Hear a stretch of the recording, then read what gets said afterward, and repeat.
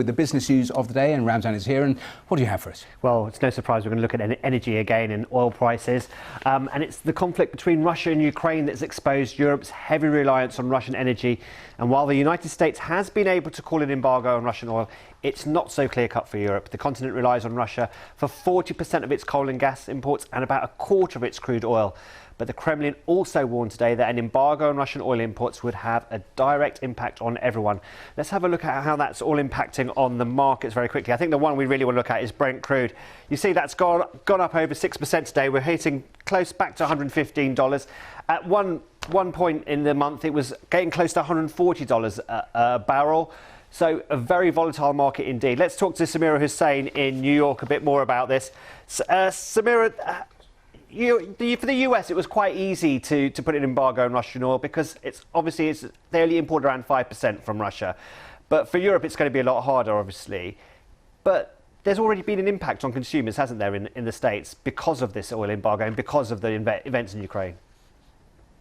Yeah, absolutely. If you look at the price of petrol at the pumps for everyday Americans, they have really skyrocketed. And, you know, there are lots of websites and apps in which people have been using quite often to try and figure out which petrol stations that they can go to get gas that's a little bit more reasonably priced. It's become such an issue here that, in fact, we've seen that some U.S. states that have a gas tax have decided to suspend that tax for at least a month, if not two. In some of these states, for California, for example, that has been suspended because of just how expensive it has become.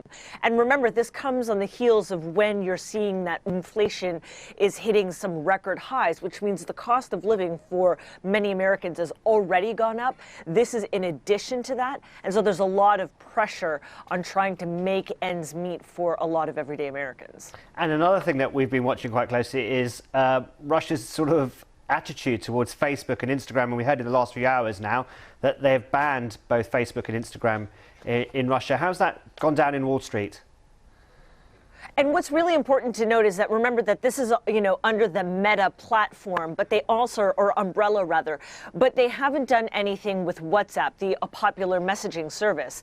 And so in terms of how that's playing out, it's not totally surprising. You're already seeing, the tightening of information. And, from Russia's point of view, they're saying, well, look, Facebook and Instagram are already banning Russian media from posting. They're allowing, posts that call for violence against Russian soldiers, and therefore they've become, an enemy of the state, and therefore they're not allowed to be used.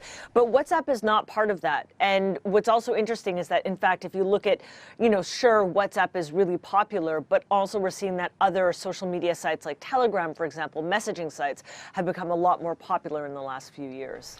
And so that whole, you talked about WhatsApp there not being banned. I mean, that's pretty critical though, isn't it, for communication, especially that's what most people use, I would say, more than Facebook and Instagram at the moment. So surely that's not having that much of an impact, right?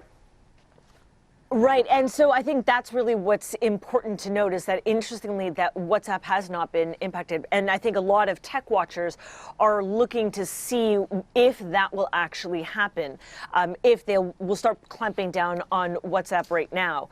For the moment, because it's not in a position of disseminating information to wide groups of people, but rather individual conversations or group conversations amongst peers, so to speak, there's a sense that they're not going to go and attack that just yet. And also remember, that the other service, Telegram, is also really widely used. So there are some people that wonder if it's even of any consequence for Russia to ban WhatsApp. Samira Hussain in New York, many thanks indeed. And that's all the business news, Matthew. Thank you. Ramzan, thanks very much. Let's return to